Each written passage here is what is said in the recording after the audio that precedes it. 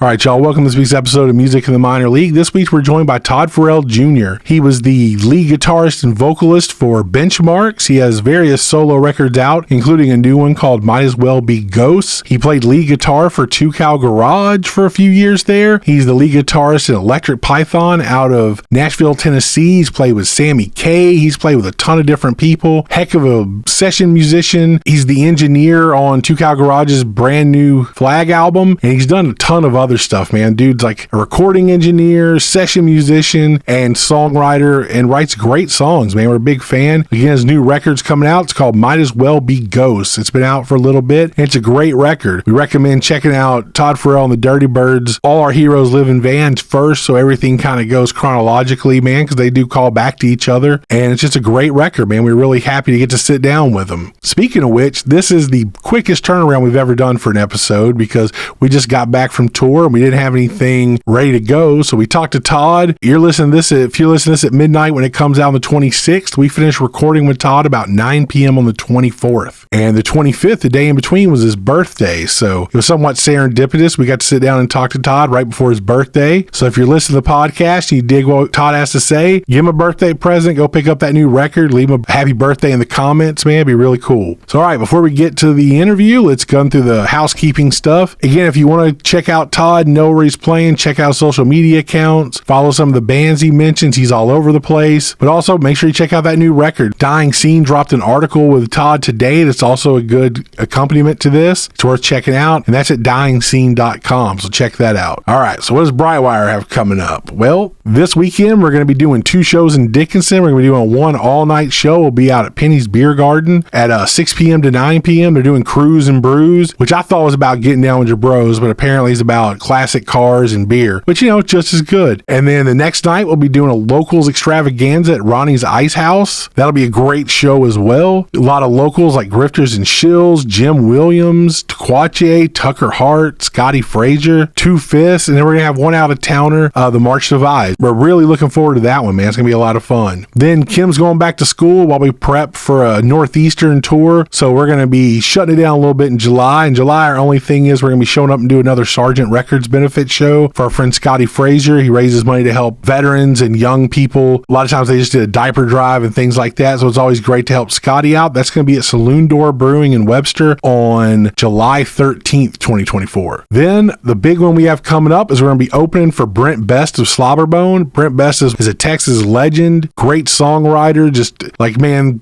as far as musically goes, the king of Denton, Texas, as far as we're concerned. So we'll be opening for him August 3rd at the Old Quarter Acoustic Cafe. Tickets are actually selling really good already, so y'all better jump in there and pick them up now before they're all gone. Then August 10th, we'll be heading out to Nacogdoches for a night at Fredonia Brewing, which is 6 to 9 p.m. We always love going out there, man. Fredonia's treated us really well over the last couple of years, so we're fired up to be going there to put a little bit more money in our tank before we head up to the Northeast for a duo tour. Kim and I will be up there doing some shows. On August 23rd, we'll be at Never Ending Books in New Haven, Connecticut with Matt Nilsson and Owen McMahon. On August 24th, we'll be doing a matinee show at Midway Cafe in Boston, Massachusetts. That one starts at 3 p.m. The full lineup hasn't been released yet. We'll let y'all know in future episodes. On August 25th, we'll be at Hotel Vernon in Worcester, Massachusetts with the Moon Raccoons. That's a 4 p.m. start as well. Then on August 27th, we'll be at Strange Brew Pub in Norwich, Connecticut. We'll be the featured open mic artist that night. Then on August 30th, we'll be at Askew Bar and Lounge in Providence, Rhode Island. That'll be a 7 p.m. start. We don't have the lineup yet. It'll be coming soon. August 31st, we'll be in Ventnor City, New Jersey at Ventnor Coffee. That'll be a 6 p.m. start. And then September 1st, we'll be at Lucky Penny House Concerts in Washington, D.C. And that's going to be a 7 p.m. start. And then it's back home to Houston for a show to close out that week, September 5th at Union Tavern with Grifters and Shills as part of their Bedlam and Ballads series.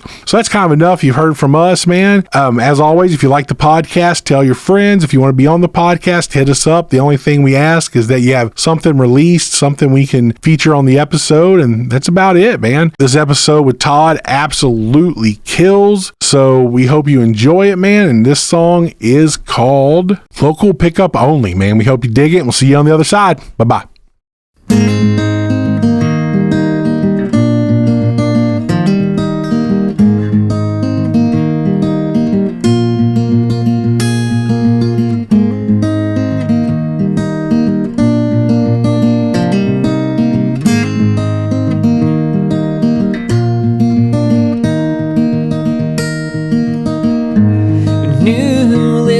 listing, local pickup only, so that I don't get lonely with things that I don't need. Accepting offers, cause I'd like to move it quickly. Call or text the number at the bottom of your screen. And there's a pointy guitar that I played at Spring Water that time when Goose caught on fire, when Arsis came to town. Some blood stains from the small stage at the old masquerade, long before they tore that old building to the ground.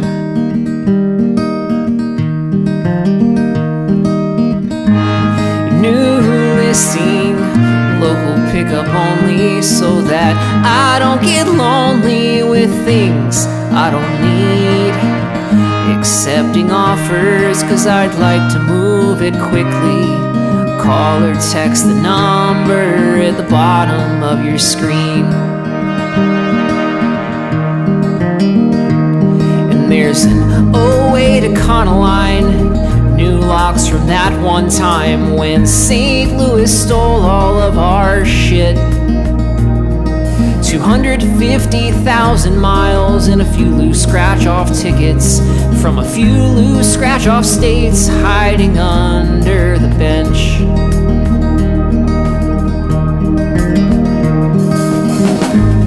New listing, local pickup only, so that I don't get lonely with things I don't need. Accepting offers, cause I'd like to move it quickly. Call or text the number at the bottom of your screen. And when your bumper sticker peels off the green room door and your bass player finally sells the van to a young power trio with a down payment and a dream, but ain't nobody else know where it's been. And they'll cross some state lines, hit some toll roads and traffic, and apologize for load-in times missed. And they'll break down and get robbed and play some lousy shows, trying so hard to just exist. So we sing our songs when it feels like no one's listening. Feels like we might as well be ghosts. We forget better stories than most people ever know. But will anybody else remember those?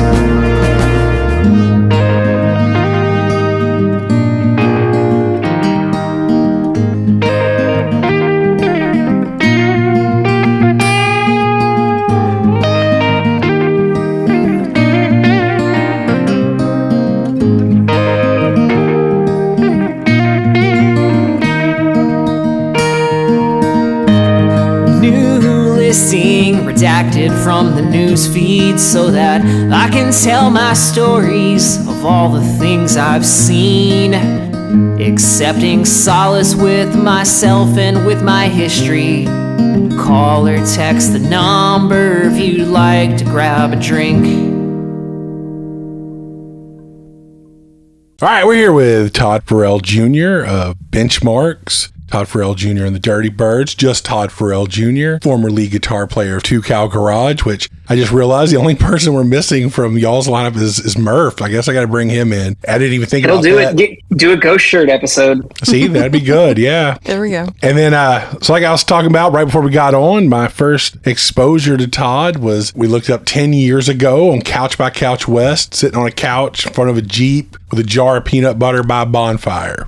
And I remember just being like, dude, this dude's playing like Iron Maiden songs on acoustic. And it was cool. And then he did a couple of your originals too. And then I guess over the years that happening. And then like I say, we just, met years later at Attaches, and basically Todd just released a new album that's really good. So we're happy to talk to him. Todd's also, every time we cross the Georgia state line, we always have to put something on. Normally it's the Todd Farrell and the Dirty Birds because you got all the Bobby Cox song and all that on there. So we're always like, yeah.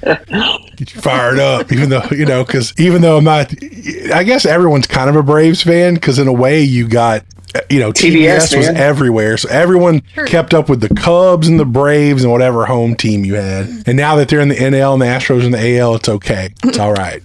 Except for 2001, baby. Yeah. I say wearing a Braves hat while you're wearing an Astros hat. So. That's why I saw you wear it, so I had to run and grab it. I was like, yo, check it out.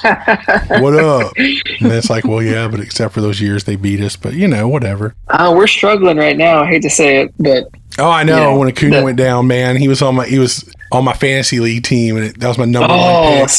And it crushed me. I've been searching for offensive spark since. I don't like saying it out loud because baseball. But I feel like we're kind of we took the Yankees in this last series. I think we're losing to the Cardinals right now, which isn't great. But this last couple series, the bats have come alive a little bit. So I don't know. Not that we need to talk about baseball this whole time, but I will if you want to. It's all right. It happened more than once on this podcast. But Ozuna's hitting the hell out of the ball, man. Yeah, he might be an all-star. So, yeah, they still have a good lineup. I mean, Astros are only 2 games under 500. So, by the end of this week, we could be above 500, back in it. In June, basically until the All-Star break, everything's kind of a wash. But after the All-Star break, the teams that are going to come alive are going to come alive. And the Astros are still in it to come alive. And, you've obviously got the talent. Yeah, it's just been, I think, 2 starting pitchers with getting Tommy John surgery. And then, yeah, it'll do it. I think other pitchers have been out. I think that McCullers still plays for the Astros. I know he's been on injury for 4 years now. He'll come back for a game. So then that third one, then even Verlander's been beat up. So yeah, Kim's looking at me like, what the hell is... No, I just, he's been miserable this year with his fantasy team. I keep telling him, it's not my fault. Buddy. It's not my fault that you chose badly. You're a terrible manager. You should just stop playing fantasy baseball. You just laugh. No, but I've done really. This is a tough year. I just picked up a lot of players that got hurt. Side of the point. But it was bad. We're on the road last week, and man, everything's great tonight. And I pull up the Yahoo Fantasy League, and I come back. It's like, what's wrong? I was like, dog. What? I picked up this picture, and his ERA today was 47. It's stressing you out. Gave up 8 runs in 2/10 of an inning. I can tell it's stressing you out. That's all. But and the thing is, it's for nothing. Everyone threw in $20. But it's a bunch of local musicians that are into baseball. So it's you just want to win. You want to be able to walk into a Junebird show and be like, yeah, y'all suck. You can just find solace in the fact that none of it is any reflection on you, because these are a bunch of millionaires that are kids that are playing a game, and we have no idea what they're going to do. Oh yeah, it's just more fun.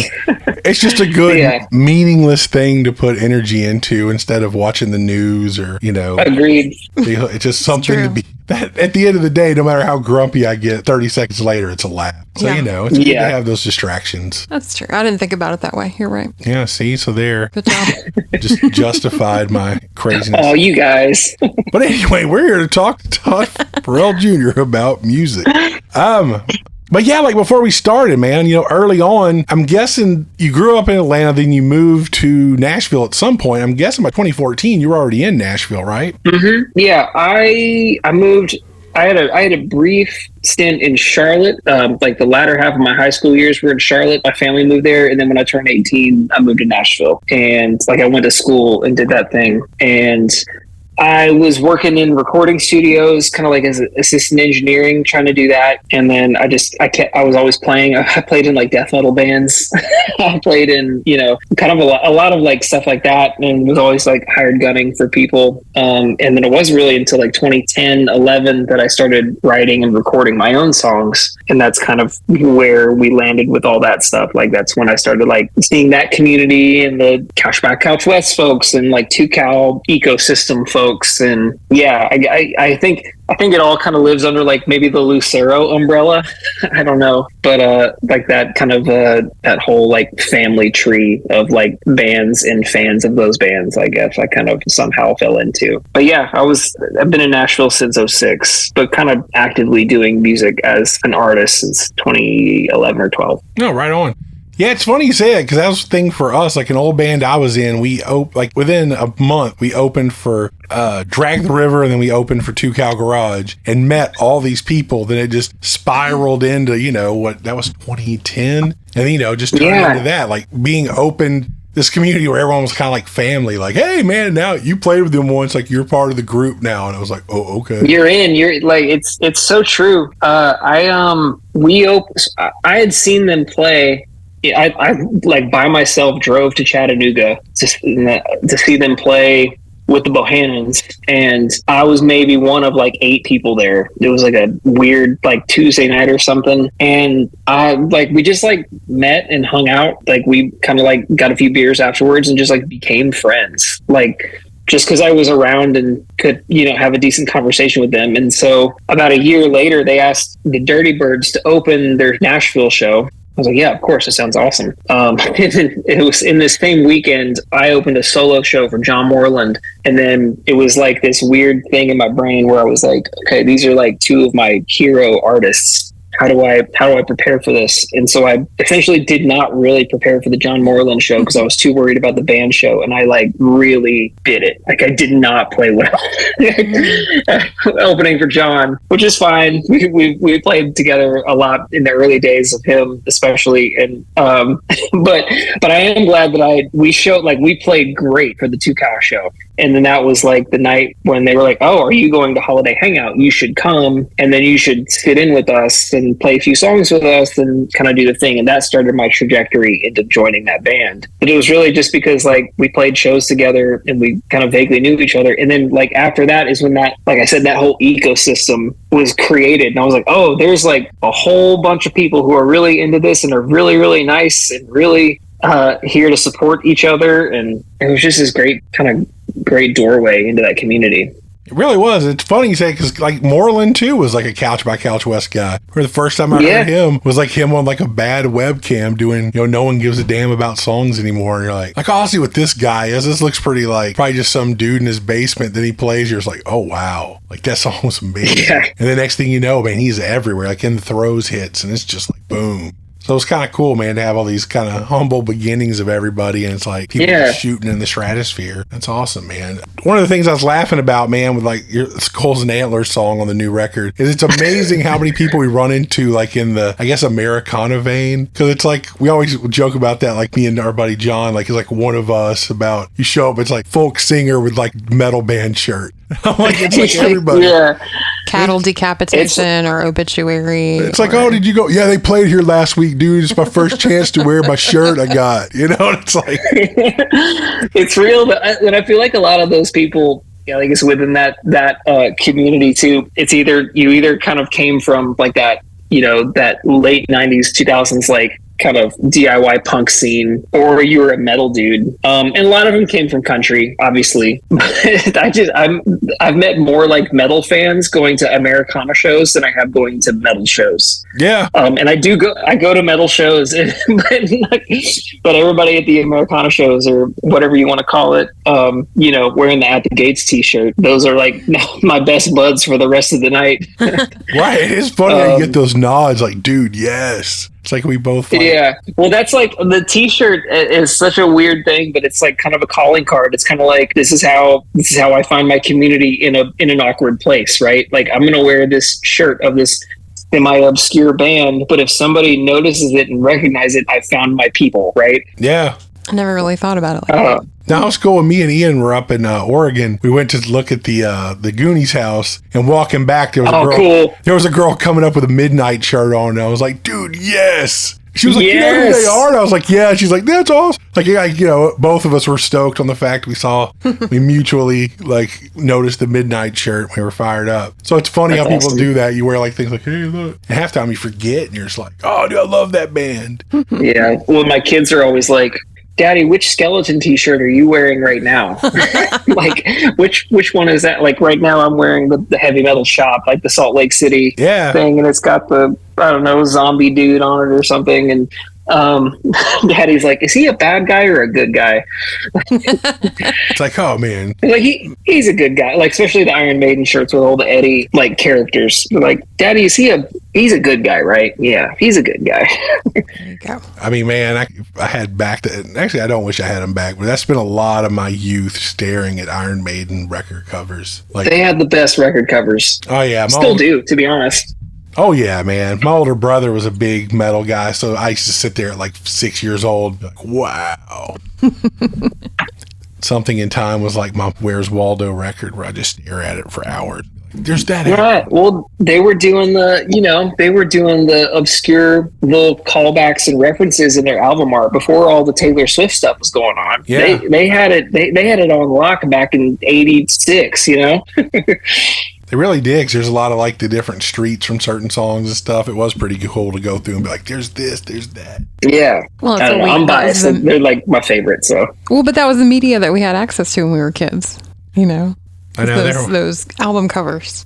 It was like still, it's probably one of my favorite bands of all time, just because something me and my brother were into together. So it was kind of cool. Like, I think, what was it? Brave New World came out right when my son was born. So that was like the album that came out. Me and him both went out and got it.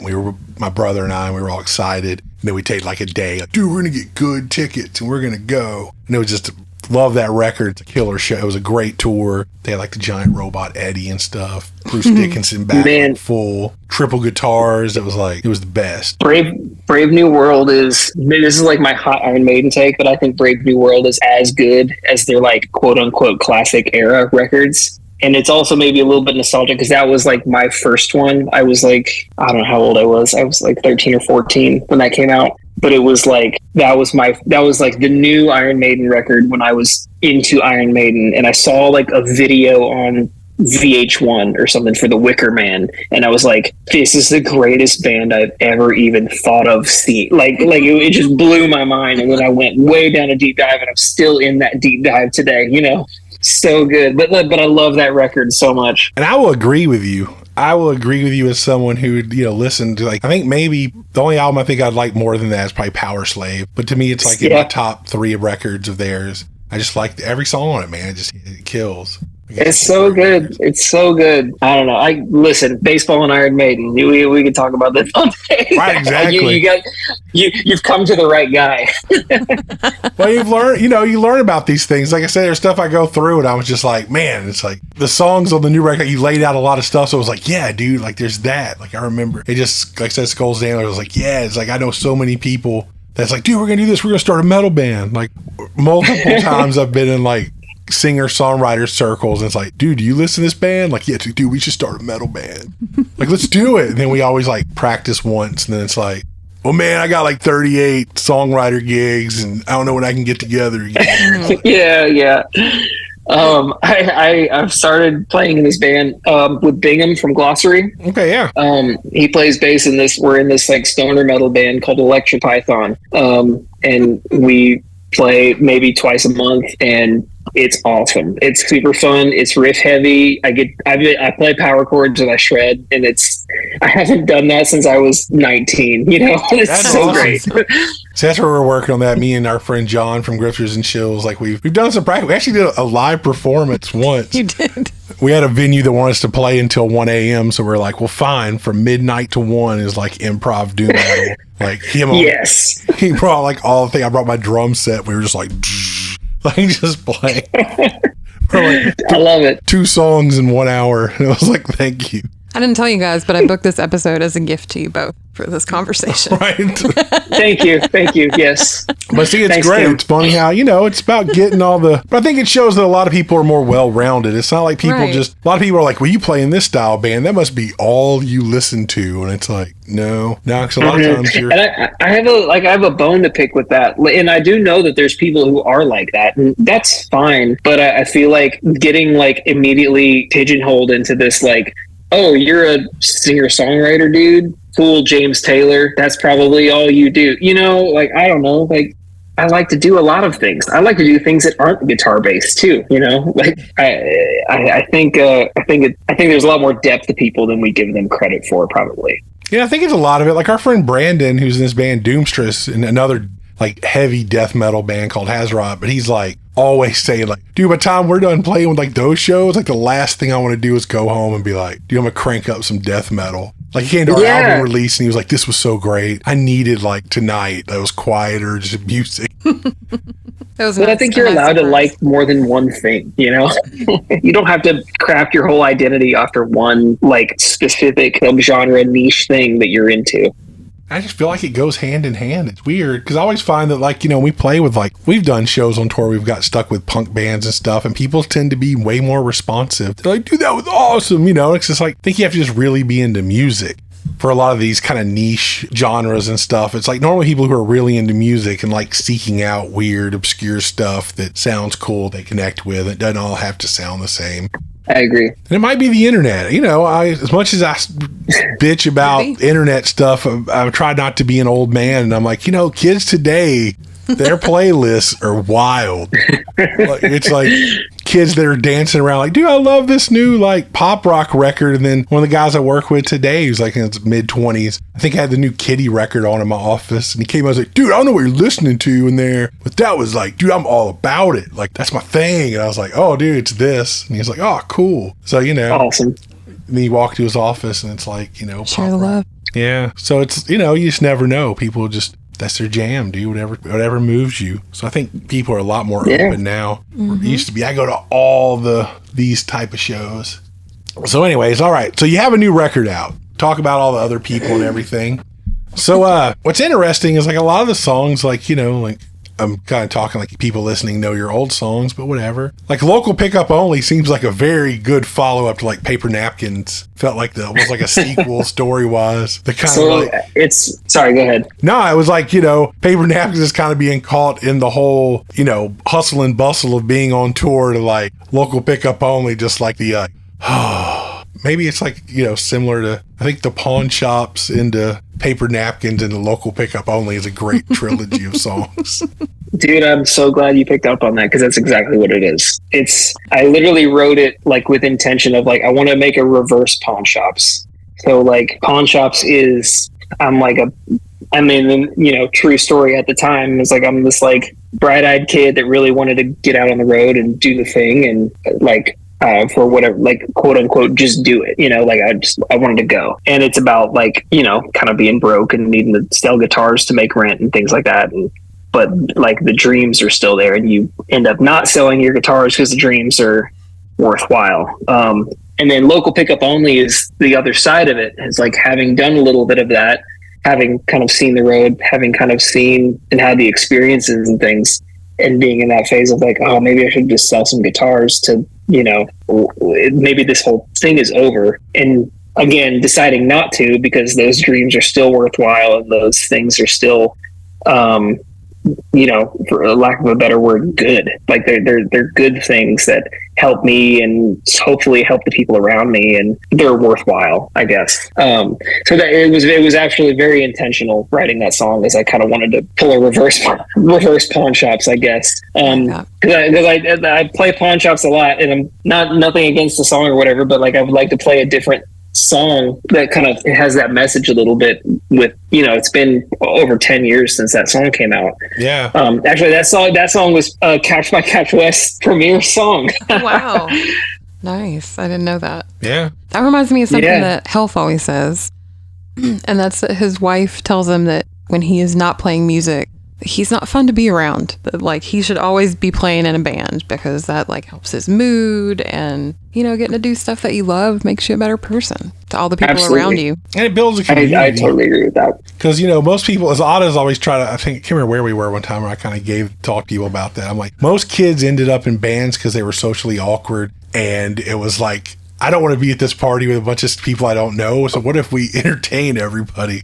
And I'm like, so, and then you start building that community of people because you start finding the other people who want to be in bands and don't really want to be like the life of the party. And then, you know, sometimes it flips on you. I think it's like immersion therapy. After a while, you get way more comfortable because people are coming up to you like, oh my God. And it kind of flips. But for the most part, you start out there because, you know, you're trying to find people without being in the middle of the fray. I figure it works out. It may have been a completely different experience for you.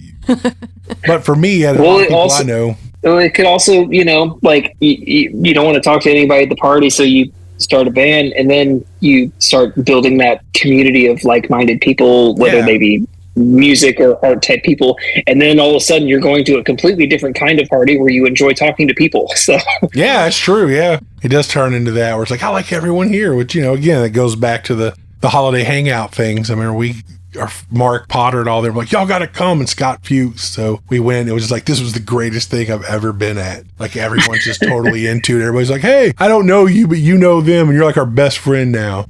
Yeah. It's exactly that vibe, though. Yeah. Yeah, it's gotten met more good people and networked more cool places. Just like I say, man, it's a good community to find yourself in. And they're all over the place. So that's kind of what, I don't know. Yeah. It's helped me have a little more faith in humanity, being less misanthropic when you're like, there are so many good people out there that'll do anything for anyone.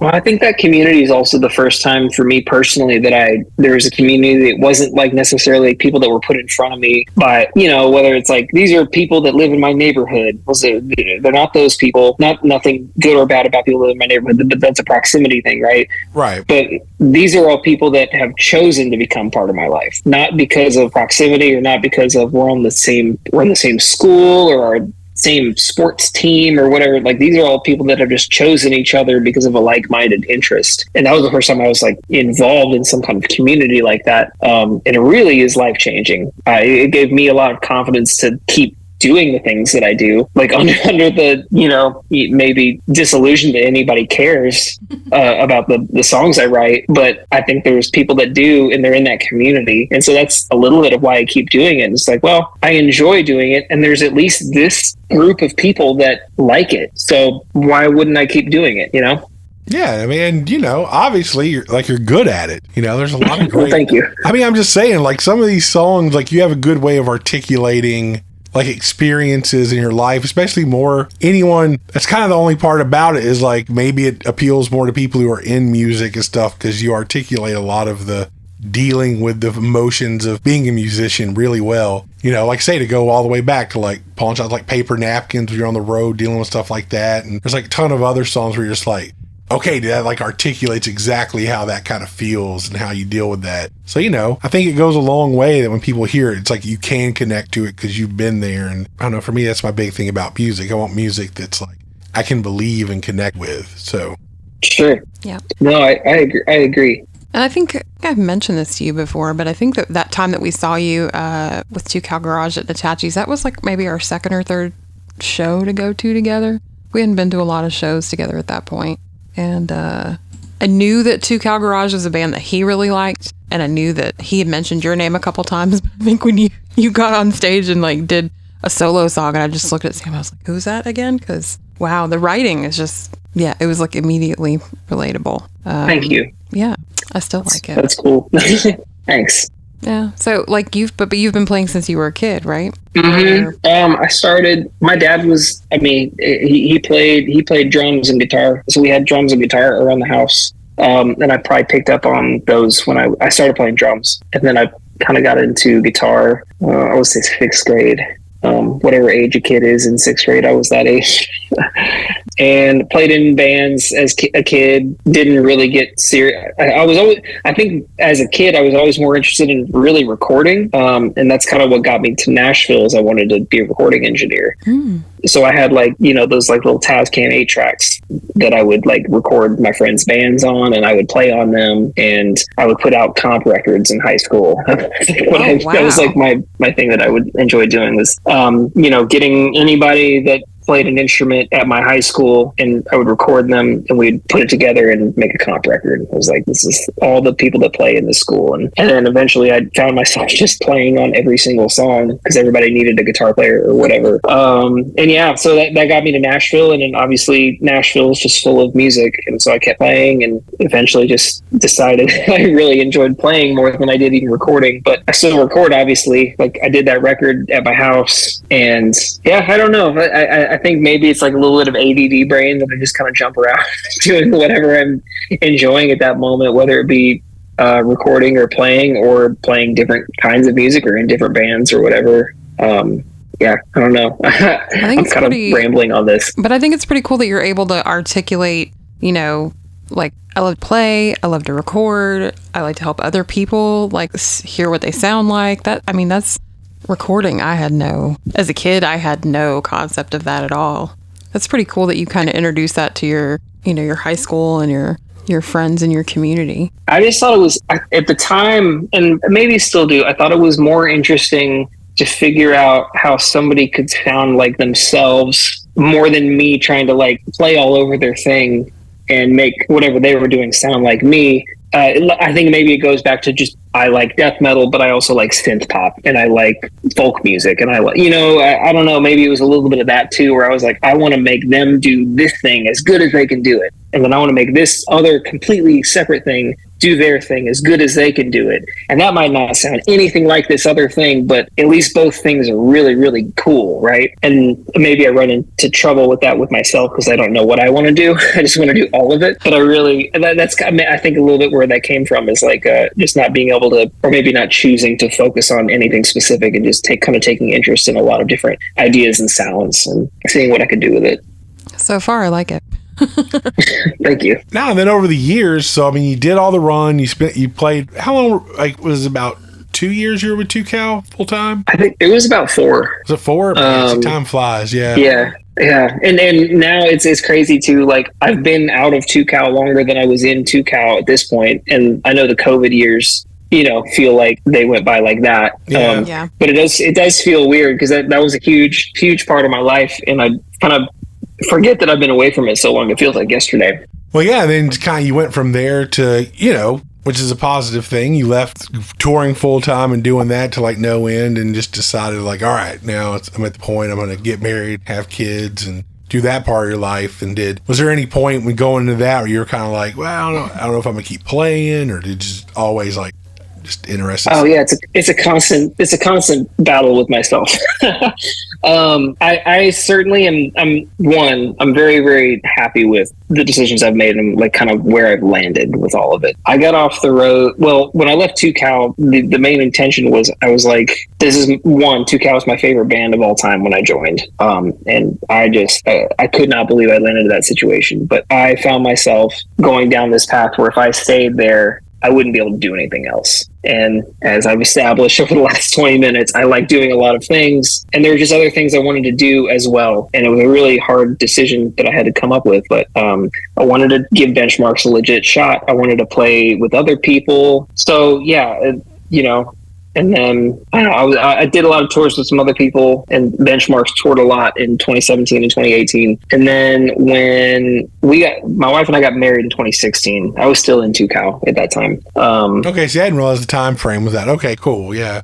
Yeah, we were married in 2016. I left in 2017. And then I did like a lot of long tours with Benchmarks and Sammy K and a bunch of other folks. And we found out we were having kids like in the middle of a Sammy K tour. Wow. And it was like this crazy thing because you can't talk about it with anybody at the time. It's early and all these things.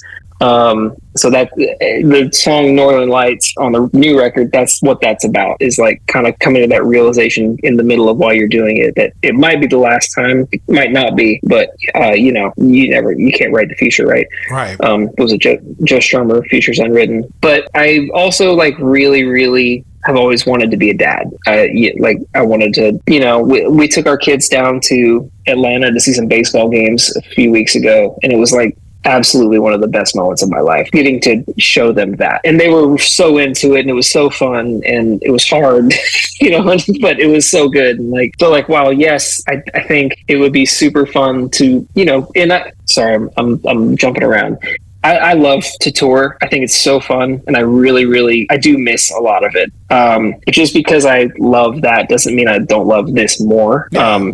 Because I love getting to take my kids to games. I love coaching their t-ball and softball teams, and I love, tonight putting them to bed and giving them kisses at night. And that's something that in this moment right now I would not get to experience if I was on the road. So I'm very lucky in that I do get to occasionally go out still. Sammy K will take me out occasionally for a decent tour. I got to go out with Will Hogue last fall. I get to do some cool stuff here and there, but and I know that's not going to last forever, especially with me saying no to, 4 out of 5 offers. But I'm very thankful that I still get to do that, but also primarily get to do the dad thing and then make records and play on other people's stuff at home. Sounds like you might have found the balance. That's what we're all looking for, right? Well, it all ebbs and flows, right? Yeah. Like, maybe that's that's the secret, is you just gotta like stay afloat. That's all. Yeah, I think so. I think you guys were talking to, I think it was Micah actually, when I think you made the comment of like, there's no winner. It's just like, if you're still doing it, you're winning, right? Yeah, it's all pinball. It's all pinball. That's what it was. And I was like, I feel like Micah certainly is doing it on a level way beyond what I'm doing it, and I am. Like, I can't be more proud of him and more like envious in some ways that he's able to do that and make the sacrifices that he's been able to make to be creative at every moment of his life. I didn't make those sacrifices, but I made different sacrifices so I could have different experiences, like I have different adventures than he does. Yeah. And I think that's all okay, constantly kind of coming to terms with it all too. Like, God, it would be cool to, be doing this tour with so-and-so and playing these stages or whatever. But also like, man, it was pretty awesome to like throw a ball to my kid in the backyard today and him hit it and then him bat flip on me, like, it's all relative, and I don't know, that those are the adventures that I want to have right in this moment, No, that's kind of cool, because that's something we haven't really covered a lot, and especially coming from like me and even Health that plays with us. We're both all parents, so it's kind of like trying to find that thing. And I mean, I remember you at least were more positive than me, man. We had kids. I was like, I'm selling everything but this one acoustic and it's over. I'm like 20 years old and like I have a kid and it's over. And then by about 5 years old, I was like, oh, they really like music too. And like, oh, they're really like, they're little people and they're into the same stuff. They're, maybe it was I'm sure it was my, presence that helped, but they were just like, this is great. Like, we want to go do this stuff. And I was like, cool, let's do it. Well, I think it's also important to like show your kids like that you are other things other than just like their parent. Like you have interests and you have aspirations and goals and not just like career type goals, but like goals of like, I'm going to make something and it's going to be awesome, and letting them watch you go through that process and feel it out. And one of my favorite things with like the kids, like, like I like to go to shows and I like to play shows, and sometimes that means I cut out before my wife puts the kids to bed. And so my youngest is like, Daddy, are you going to go play rock and roll, or are you going to go watch rock and roll tonight? And I'll answer like, well, tonight I'm just going to go watch some rock and roll. It's your, my friend, Mr. Andrew, who you've met or whatever. And it's okay. So tonight, are you playing rock and roll, or are you watching rock and roll? I was like, well, tonight I'm playing rock and roll. Is what kind of rock and roll? So if I'm playing with Bingham Stoner Metal Band, I'm saying like really loud rock and roll. It's like, oh, okay.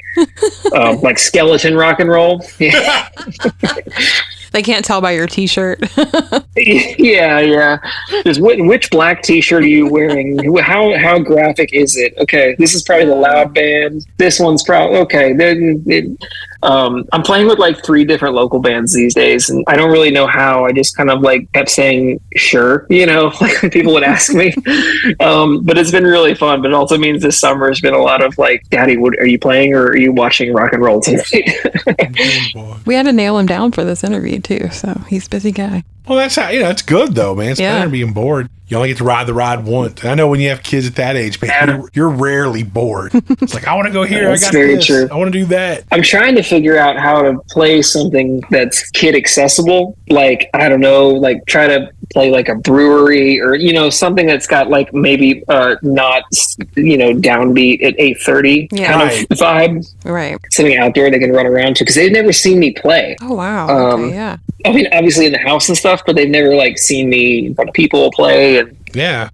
I'm trying to figure out the right thing to do that. But like, then also like if we have there's like a taco place that's got a cool outdoor stage that I'm sure I could play at if I asked. But if I do that, I would have to think of like, I don't know if I can fill 2.5 hours of me on an acoustic guitar, and I don't know how much of it is actually kid friendly. So I would have to find the balance between the two worlds, I guess. And I haven't figured out just what to do yet. But my goal is to get them to see me play eventually. So I go like, y'all get to stay for the first set, and then Daddy. Yeah, then y'all gotta go. They gotta do the big people songs. Well, as we know, as soon as they learn how to use YouTube, they'll be able to find you, and they'll see that's Daddy true. shredding. Yeah, I might need to comb the internet a little bit too, see what's on there. Then by third grade, they'll be talking like sailors with the other 8-year-olds. So it's not. My oldest, she came to us the other night and was like, Daddy, I know the W word. I heard the W word at school today. And I was like, okay, just tell me, what's the W word? She goes, what the? It's like, oh, okay. That's not a problem. Like, if your teacher told you not to say that, I guess don't say it. But you can say that here. It's not a big deal. She goes, oh, I also know the F word. It's fuck. It's like, oh, we know you know that word. Right. It's like, it's amazing how they know too. It's like you can say 100 words they don't get, and the one time you drop something, you're like, well, there went that. They picked that one right Yeah. up. It's like, good job, children. My son, I'm telling on my wife here, but she like someone, there was a red light and someone honked at her and she goes, the fucking red light. And then we have a video of him because she recorded it, and he's at 3 at the time, and he goes, Mommy, what's a fucking red light? Why is it a fucking red light? And it's like, well, Oh my gosh. there we go. Let's just drop that first part. Mom was just saying the long way. It's actually normally just red light. Just stay there. Yeah. It's just a red light. So I got to skip all that part. I just got to meet your kids when they were in their teenage years, and they knew all the great 80s songs. That's what impressed me, is that your kids knew all Their mom the was music your they age. listened to. I'm not that much older than you. But enough. Just saying. But They get to be teenagers and they get fun too. that's what I enjoy. When my kids got older, like more teenagers, like I was able to, again, they didn't get to go visit many places. I was like, hey, we're going to go on tour for 2 weeks. You want to come like run merch? And it would be, like a 15, 16-year-old, like, okay, let's do it. It's like, But that's the coolest at that age. I mean, it's still the coolest at any age, but like that, especially at 16, you're like, I'm going to go out with a band and travel to a different city. Yeah. Awesome. Yeah. How old was Ian when you took him out? Oh, when he used to play bass with me, he was like 16, 17, 18. Yeah. Sam's like, I want to take him out for this. I was like, do it. You should totally do it. He will have a blast. He'll never forget that. You know what I mean? But he'll think about that for the rest of his life. Right. Yeah, so it's like having an orchestra nerd kid at. He'll never forget the time in Baltimore. I was like, stop fucking up. It's not my fault. Like he had this electric stand-up he was playing, and like he just kept feeding back. It was like, stop using the fucking bow. Hi, everybody. Trying to be like, just I'm yelling at my son on stage, but right. Every time I use the bow, it feeds back. Stop using the fucking bow. Every song's like, it was like, it's awesome though. but you could have sounded cool. We should have just went with it and made it really noisy. But I was being uptight, and That's great though. you're fucking it up. Sometimes you got to be dad, and sometimes you got to be band dad. You know. There you go. Yeah, You're out of the band. There were plenty of times where it was like playing with a 16-year-old. It's like, if you were anyone else, you'd be kicked out by now. But you're my kid. If any other band had ever been, someone talked to me like you just talked to me, it would be, I would be out of that band or you would. So that's good. But I think those experiences are important though. Like you guys are going to always remember that. Oh yeah. Yeah, and I think it helps, man. For me, and I'm sure it'll go that way for you too, is I think having kids live in a situation where you make things like music, stuff like that, they start realizing that all these kind of mysterious things, A, aren't that mysterious, and B, are attainable. So it's kind of like, absolutely, takes it out. But it's like, my dad sat down, he made like this entire record by himself. And so like, I could do that. So it kind of makes other things seem not as mysterious to them, where they're like, well, how did they do it? So, I mean, I know my kids got really into how are these things done? Like other things, like, oh, I have this, calculator. Well, how's that done? Like, how did they come up with it? And how is this, who put this together? So I think it gives them that kind of ability to know that it's not that it takes the wonder away. It makes it kind of more, to me, it's more wondrous that you're like, how did they do this? And it's like, well, here's how, this is all stuff you could do yourself. Oh, wow. Well, yeah, I don't think, for me growing up, like my dad played music, but he wasn't like actively doing music. You know what I mean? And so I never got that sense of like when I was in high school bands and stuff, I didn't like getting to the point where you could even play a show or could even tour or whatever. felt so far out of reach. It was like, if I could only get to that level, that would be success, right? Yeah. And then, like when you kind of get to that point where it's like, oh, these things are actually attainable, and I could do this right now. Like I could email this person and hopefully they email me back, and I could book a show, or I could go on tour and I could have a record. And like these are things that actually exist. So I think you're right. Like letting your kids watch you kind of go through that process and actually turn ideas and dreams into actual tangible realities is like maybe like a sideswipe cool parenting move. I don't know. Yeah, I think it did. 'Cause I know like it made, especially Ian, like Courtney's about the same too, but like less afraid to take a swing. It's like, well, yeah. My dad, like we did this. He's a nobody. We were like, we played and all around the country. There's no way I can't do this.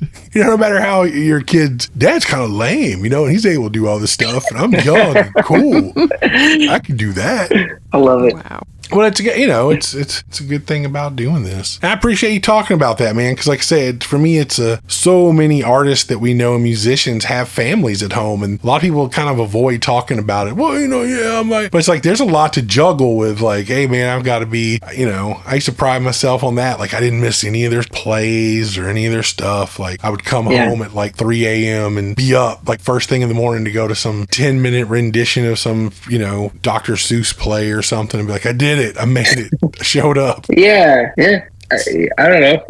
I think from the people that I've talked to, especially since like kind of this record, I don't know, maybe this is my dad rock record, but ever since this record, I've had a lot more conversations with other musician dads about that kind of same thing. It's like, oh yeah, like we should talk about this more. This is like a thing that we actually all have to do, and we don't really do it. Yeah, no, I think it's great because it makes people who are doing it while being a parent, makes it more tangible, because the more you talk about things, the less alone you feel. And it's like, okay, like I'm not weird that I'm kind of having either doing it, period. I'm not like being a bad person by like, oh, well, sometimes, 2 or 3 nights a week I may go out after the kids are in bed or right when they go to bed to go play a show or something. And also the fact that, it's like you can juggle it. Like it's something you can do. So it helps having people like see like, okay, dude, this is totally, it's a normal thing that people do. We were at I think it was my son's, like after his t-ball game, and like we were like in the ballpark area. There's like an older kids game going on. And we ran into like a friend there, and then they were talking to a friend of theirs, and like we're talking, and I was like, I think I'd like know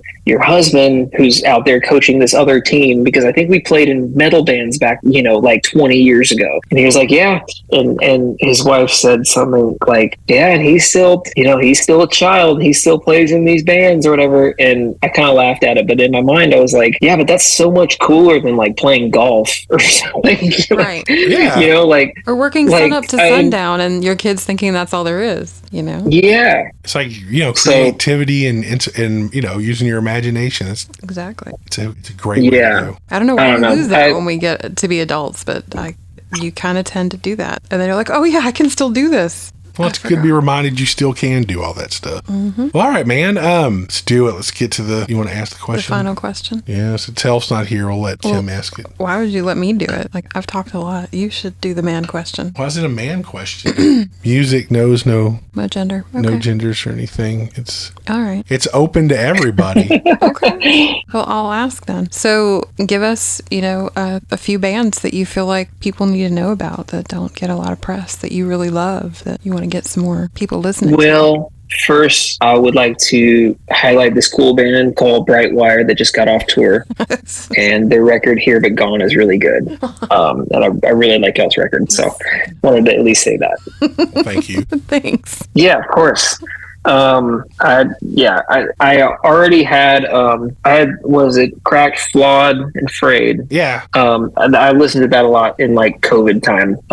But I like the new one even better. Yeah, so I think it's better. We also listened to it a lot during COVID time.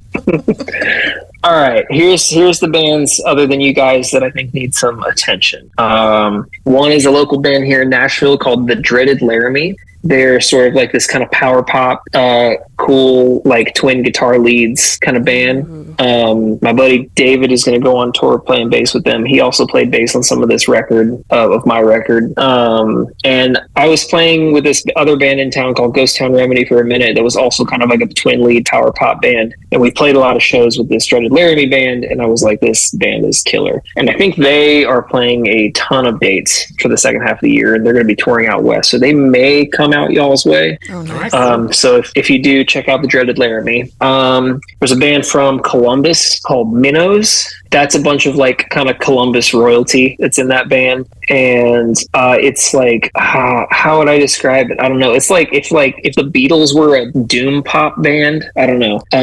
Like kind of like cool downtuned sludgy guitars, but also like really beautiful melodies. Sean Gardner, I don't know if y'all know Sean Gardner and like Winter Makes Sailors and like that whole kind of Columbus. Like Sean Gardner played guitar in 2 Cow for a minute too. Like he's part of that ecosystem as well. Anyway, check out Minnows. He's a singer in it and writes the songs, and they're really, really great. I'll probably be prepared. Restorations put out a new record this year. They're from Philly, and they are really, really awesome. They kind of also like, I don't know, maybe it's what I'm relating to, but they also have like that post-band life band record where he's talking about like working jobs, you know, desk jobs and things like that, and like he's about to have kids and things like that, and wrestling with those things, but also like how it's really just kick-ass to play in bands. Restorations is killer. New Junk City from Atlanta, just a really great punk band.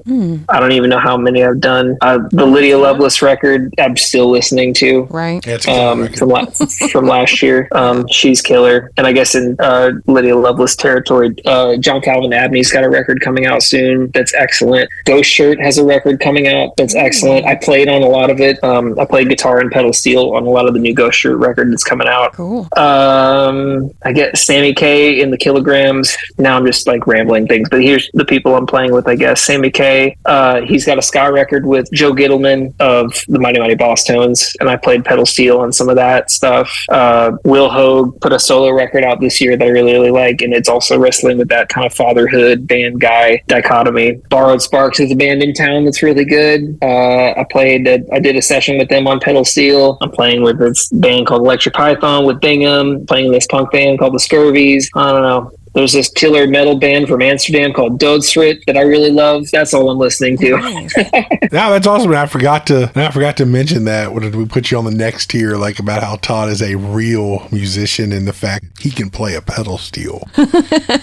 It's like you have to be on the next level, man. What I tell people about pedal steel is like, if you want somebody that's going to do like the old school C6 Western swing thing, I'm not your guy. But if you want somebody to make space sounds, I'm your guy. I can make the space sad sounds. You know what I mean? I can't wait to hear. I had a pedal steel for like 6 months, and I sold it because I was like, You did? I was like, I can go from G to C, and it's like, ooh, how pedals do I hit? Where? Never mind. Just your A and B's, and then that's it. Just you got it. This has too many pedals. You guys have a lot of like slide guitar and like lap steel in your stuff though, don't you? Yeah. Hell plays dobro, and then he has like an 8-string steel like stand up, like basically a lap steel. Cool. Yeah. I was listening to that. I was trying to pick out if it was pedal steel or if it was lap steel or whatever, but it sounds killer. I love that sound. I like this whole thing got me into like even playing like slide guitar more, and like I never really like focused on trying to like learn how to play slide. And so now I'm like listening to the Allman Brothers every morning and trying to figure out how to play slide guitar.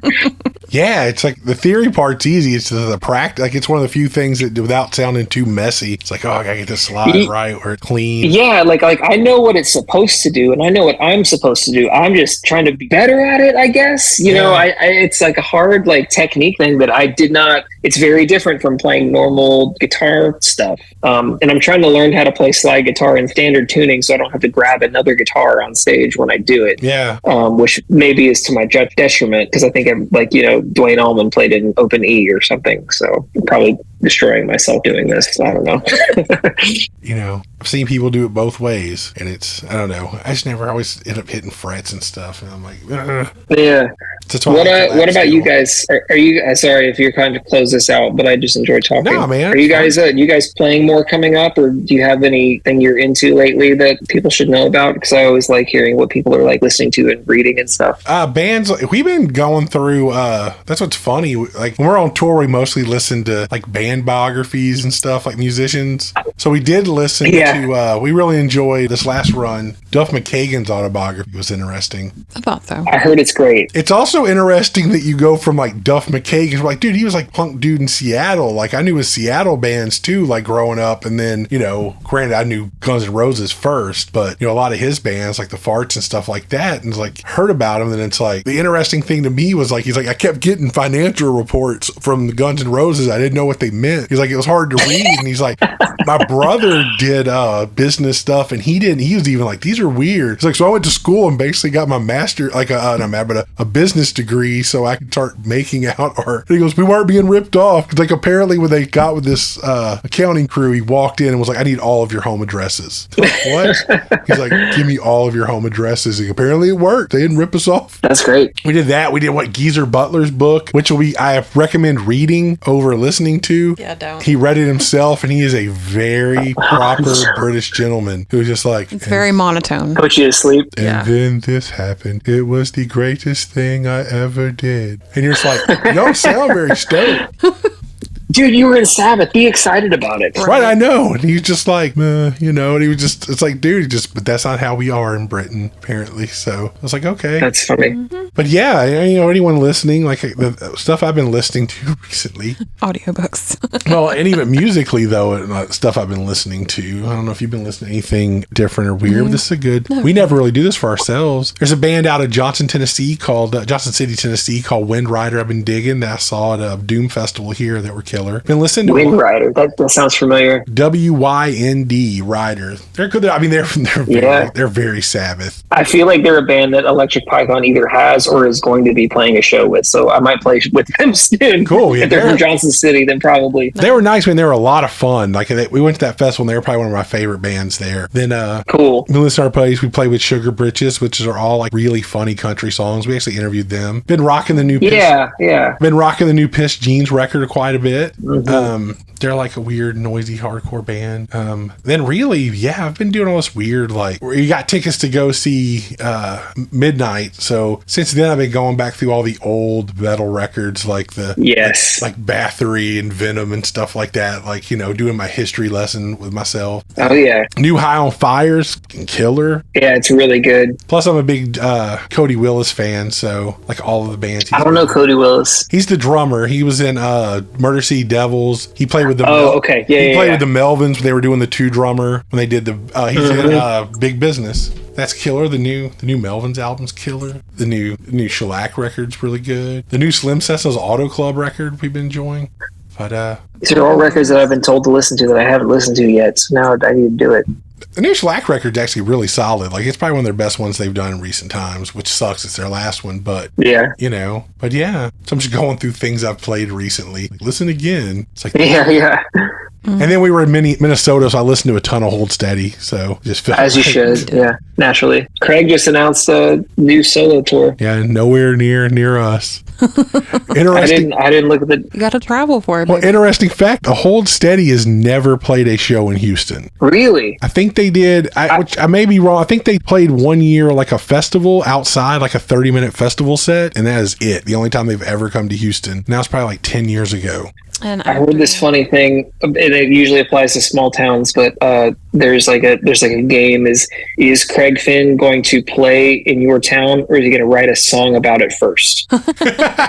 That's great. I guess I don't know if he's ever mentioned Houston, because they think they did one of the outdoor, but again, it was like lots of people skip Houston, and we know why. Yeah, but they've been together for like 20 years. They've never come to Houston. It's a trip. Maybe they heard about our crowds. I don't know. Maybe. I think people talk everywhere. I don't know. It's not just us, I don't think. But anyway, what have you been listening to, Kimberly? I was just looking at your list and going, everything I've been listening to is from the 80s. I've not been listening to a whole You've been lot. listening to the new Lydia Loveless. Heather Little that we know had a new album come out. That's great. It's all like to that. kind of ballady songs, but she wrote some songs for Miranda Lambert that were really big, and then cool. But she is a killer songwriter. She's one of those people you're like me. What was it, Gabe? Our friend Gabe always says, it's like, I wish I could write these lines, and it's like she just walks around and drops them like pennies out of your pocket. Just like, oh, here's like this. That's a good line in itself. Right, I know. He's like, she's just killer. She's a hell of a vocalist. I think she's up in the Nashville area now. So, just keep an eye out. Nice. Heather Little, she's real deal. Like probably we recorded her live record at the Old Quarter, and it was really good. So I recommend checking that one out. I mean, her new album is really good if you like music with it, but her by herself, good. Yep. What else have you been listening to? Else? Not really. A lot of podcasts. Yeah. Not a lot of music lately. See, Kim is always lame. No, you're just being educated. Self-help podcasts right now. We all need that. Is it that bad? No. It's like how to go to sleep. And I've been having trouble falling asleep. So Sam, we crawl into bed and 30 seconds later he's gone. I can hear him snoring. She's like, I'll be here for an hour before I go to sleep. I don't go to bed until I'm exhausted. Oh, okay. It's non-optional at that point. Maybe that's what I need to do. That's the trick. Right. Don't go to bed not tired. Run yourself into the ground every day, and you're fine. No. That's the way you want to live life. Maybe 50-50 of that. I mean, I'm sure Todd can relate with children, bands, and recordings and all that. I love you guys. I'm glad you did that for yourselves, but I didn't. So, all right. I know, I'm lame. No, that's okay. I am going to give one shout out, though, real quick to our friend Steve Taglier from Junebird. Had a solo record coming out that's really good. And then because we're cool, he let me hear the Junebird record at this point. It's going to be killer. So he, if you like Centromatic and stuff like that, like he played with them a lot and like Slobberbone and stuff back in the day. He was from the DC area in New York. Him and his brother had a band called I do like those bands a lot. Yeah, so Junebird, they're from here. They're a really killer band. I highly recommend them. Steve's one of those people that like, I love Steve, but I also don't like Steve because he's like, I wrote a new album like in the last month. Yeah. And you're like, what? It's like, oh, I'm sure these songs, right? I'm sure these songs suck. And you're like, no, they're all good. Like they're all good songs. That's what I do at lunch every day. I grab a sandwich and I go sit outside and I work on songs. What am I doing with my life? Like really? I appreciate that dedication. That like Micah's got that dedication. Yeah. I don't have that specific. My like process is very, very different. I don't think it's worse or better, but I the same with like exercise. Like I'm really bad at finding like an exercise routine, or a songwriting routine or a work routine. Like, I don't know, maybe it's ADD or whatever, but like people that can do that, I admire. Yeah, same. So I listen to a lot of music. Like I'll listen to songs that get me stoked on something. I'm like, dude, yeah, like I want to write a song now. It's like, well, yeah. I mean, very, very, like I listened to, what was it? Divine Hammer from the Breeders. And that's how I wrote Better Off Gone. They don't sound much alike at all, but I heard that song and I was like, dude, that song's got me stoked. Like I got an idea. I went home, started playing, and I was like, they're done. Except to hear something that gets me like inspired, like stoked to write songs. Okay. Like, I think Better Off Gone is my favorite song on y'all's new one. Yeah, I think mine too. Yeah, that was totally just, I was at work one day and right when I was about to leave, just a random song like Divine Hammer from the Breeders popped up. And I was like, dude, that's kind of poppy and cool. Man, I dig that. That's a great song. And I was like, I should go home and play guitar and try to like, then I was figure it out. Then I just sat down and started playing that riff and I was like, all right. And song's done. Like, I think the lyrics. I love when that happens. Me too. Doesn't happen very often, but. Now there's some of them that are just like, today I'm writing a song, and then you get like a verse, and 3 months later, like, there, it's done. Yeah.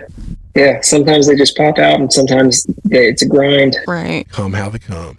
Well, all right, man. I think we're going to leave it there. I know it's getting late there. We're at the same time. I keep thinking you're ahead of us. We're in the same time zone. Yeah. No, you're all right. All right. But y'all, this was so much fun. I really appreciate hanging out with you guys for a little bit. Oh, man. Thank you for hanging out with us, man. Like I say, it was cool. You're one of the people we had on like our initial like list on our legal pad of people. Like, who are people we know that would talk to us? Todd would probably talk to us. Let's put Todd down.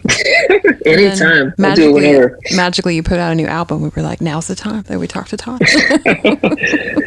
Well, thank you guys for the ask. This was way fun. You guys, I love the podcast. You guys are cool, and you guys, I think you guys are.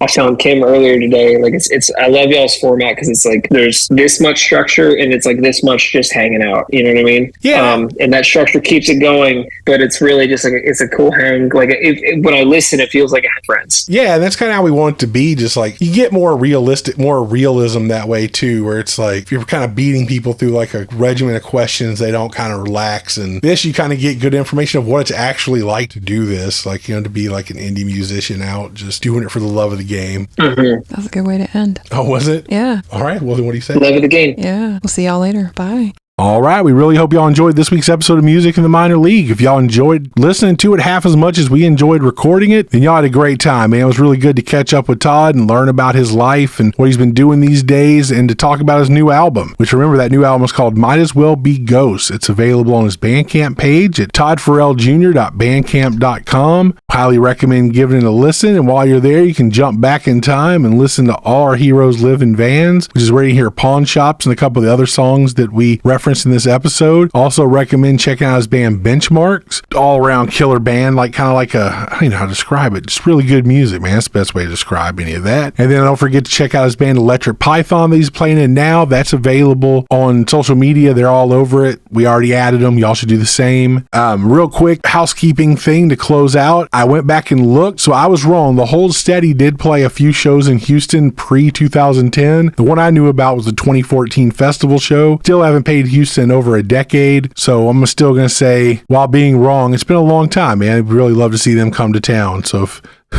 if anyone from the Hold Steady's listening out there, we'd love to have you come to Houston. And with that note, if you like the podcast, man, please tell some friends, help us get the word out. That really does help everyone involved with the show, from the artist to us, but mainly the artists, who deserve to have some people listen to the art they've created, the music they've created. It's really great stuff. If you want to be a guest, be sure to hit us up. We'd love to talk to you. It's how we do this, man. There's no one we won't talk to. The only thing you have to have is a release. So as long as you got something out in the world and a song, at least one song we can showcase, hit us up, man. We'd love to talk to you. That'll do it for this time, man. We'll talk to you next month in July. We'll have some new episodes coming out. All right, we're going to close out this episode with a song from Todd's new record called Skulls and Antlers. Feel like the kids may have something to do with naming this one. We hope you dig it, and we'll see you next week. Later.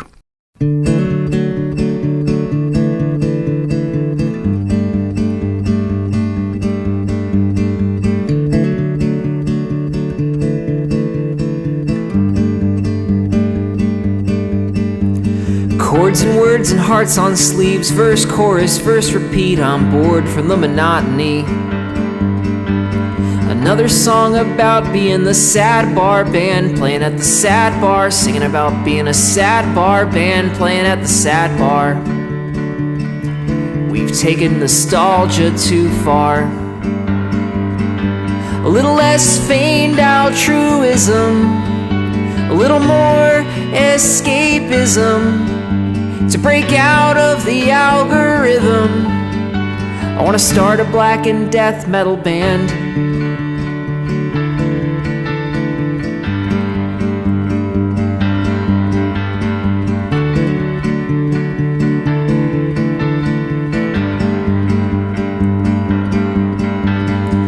Thrash riffs at breakneck speed, a logo like a pile of leaves. Just let my brain be free.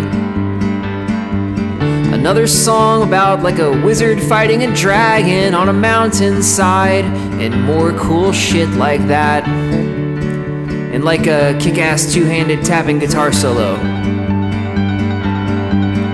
Make it fast cause the clock is ticking, corpse paint and double kicking, blast beats and tremolo picking. I wanna start a black and death metal band.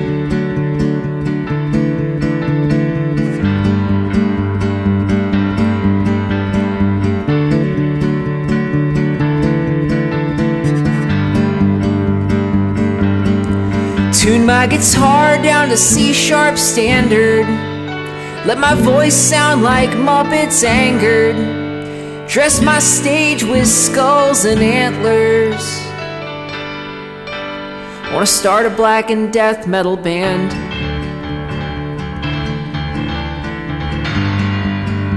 I wanna start a black and death metal band.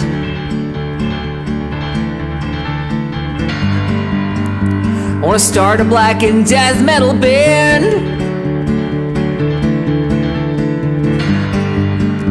I wanna start a black and death metal band.